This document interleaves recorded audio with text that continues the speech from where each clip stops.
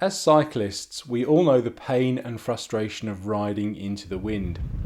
Aerodynamic drag actually accounts for around 70 to 90% of the resistance we feel when cycling. When the wind is blowing, anything we can do to reduce that drag will make life so much easier. And luckily, there are things we can do to make it less difficult. One of the best ways to avoid riding in the wind is simply to plan ahead. And thanks to the number of weather apps now available for mobile phones, this is easier to do than ever.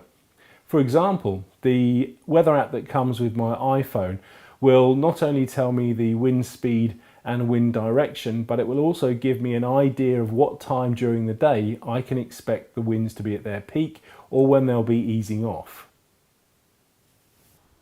Generally speaking, winds are lighter in the morning and get stronger as the day goes on. Now, this isn't always true, but if you can go cycling earlier rather than later, you'll probably avoid most of the worst winds. When it is windy, a classic strategy is to ride into the wind on your outward leg. That way you do the hard bit when you're fresh, and you also have the benefit of the tailwind on the return. Plan your route so that you avoid exposed, open spaces such as moors and seafronts. The power of the wind is greatly reduced by trees, hedges, and even buildings. When you do get caught by the wind, try to make yourself as aerodynamic as possible by using the drops and tucking your arms in close to your sides. Secure any loose clothing, as this will only act as extra surface area for the wind to push against.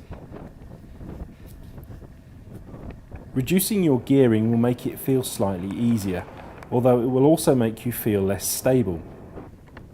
Alternatively, you could stay in the same gear and pedal slower to improve stability.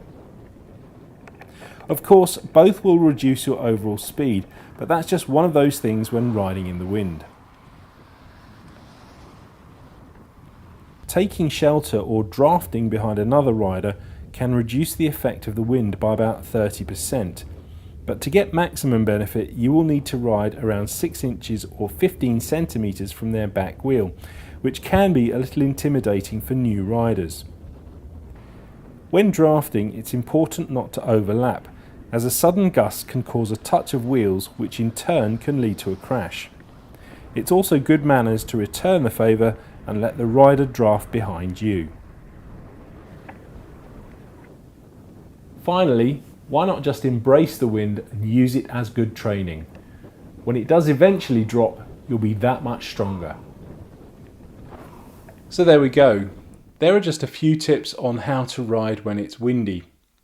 If you found this film useful, please like and share. And if you'd like to get the most out of your cycling, please consider subscribing for my regular weekly uploads. Thanks for watching.